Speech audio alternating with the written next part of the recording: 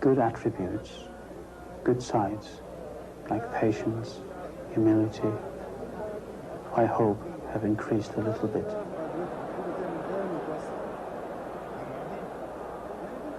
Whether a person enters the community of Islam by choice, like Abdul Hafith, or by birth, there is an obligation to conform to the 5 pillars of the religion, which are the confession of faith, the 5 daily prayers, the payment of alms to the poor, the fast of Ramadan, and the pilgrimage to Mecca by those physically fit enough and financially able to undertake it.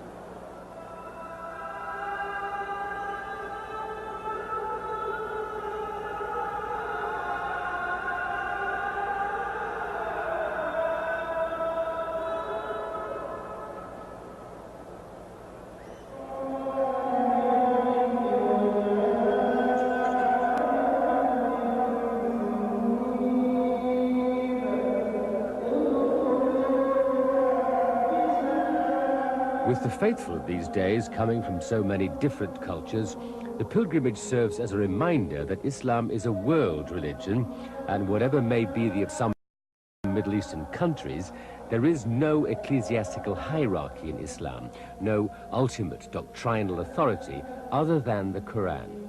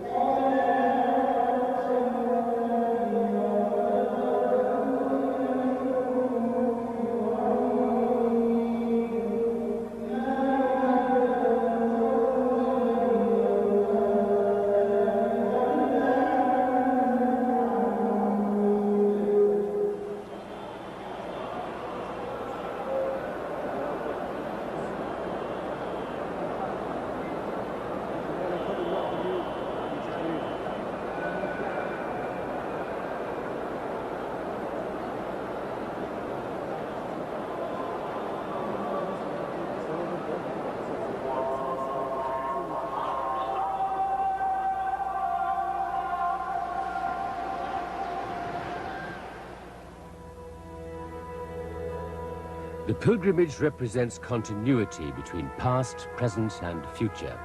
And pilgrims need to go back in time to understand what life was like here in ages past. The sight of the desert is breathtaking in a way. I just feel I'm on the surface of a planet. It's very barren and almost hostile. I wonder how people can live here, how people travel through these deserts without roads as we have them today. How would they find their way? How would they stand the heat? Or how weak have we become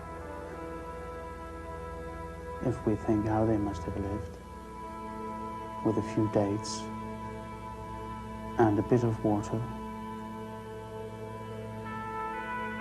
Long before the town of Mecca sprang up, when there was nothing here but empty hills and desert, tradition has it that here Abraham was commanded by God to abandon his wife Hajar and their son Ishmael. The water he left with them soon ran out. A terrible thirst was upon them, and Hajar ran to and fro, calling on God's mercy. The angel Gabriel then appeared, we're told, and struck the ground with his wing. A stream of water gushed forth over the sand, and it became a well.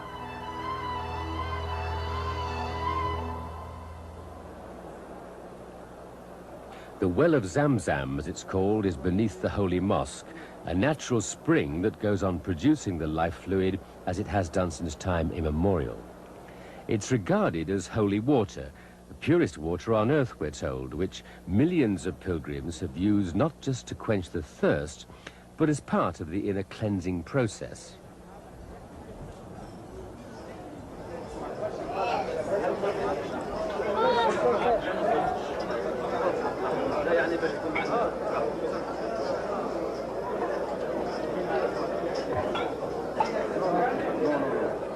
This is the water of the well of Zamzam,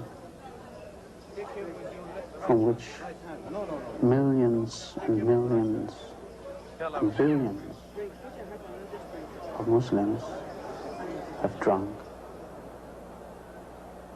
The symbol of God's light, the Star of Mecca, overlooks the area within the domed mosque where Abraham's wife Hajar ran in search of water. She rushed, it said, 7 times between 2 hills about half a mile apart. Here, the pilgrims follow in her footsteps, experiencing something of her anguish out in the desert. Today, the distance run and the ritual, which is known as the Sai, is enclosed along one side of the sacred shrine.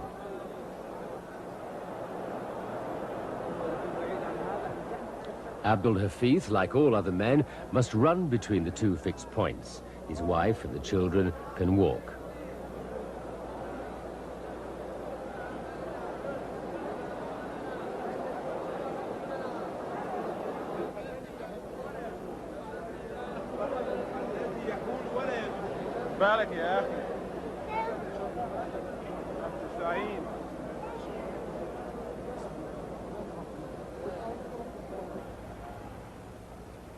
All the rites and rituals of the Hajj are over now. It's time for the pilgrims to carry back home with them the spiritual reawakening this journey represents.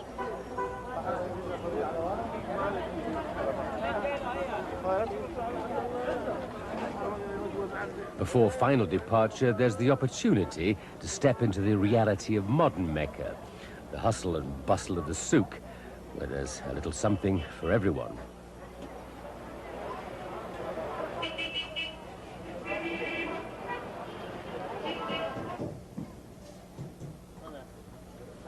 For our family from Germany, it's been the richest of life's experiences. And as Europeans, they felt they were accepted by those Muslims they met who were born into the faith. They loved the children. The other pilgrims found them beautiful and lovely. They were very astonished to see such small blonde children there, but they reacted very nicely to the children, and they called them Hajj Muhammad and Hajj Naima with great respect.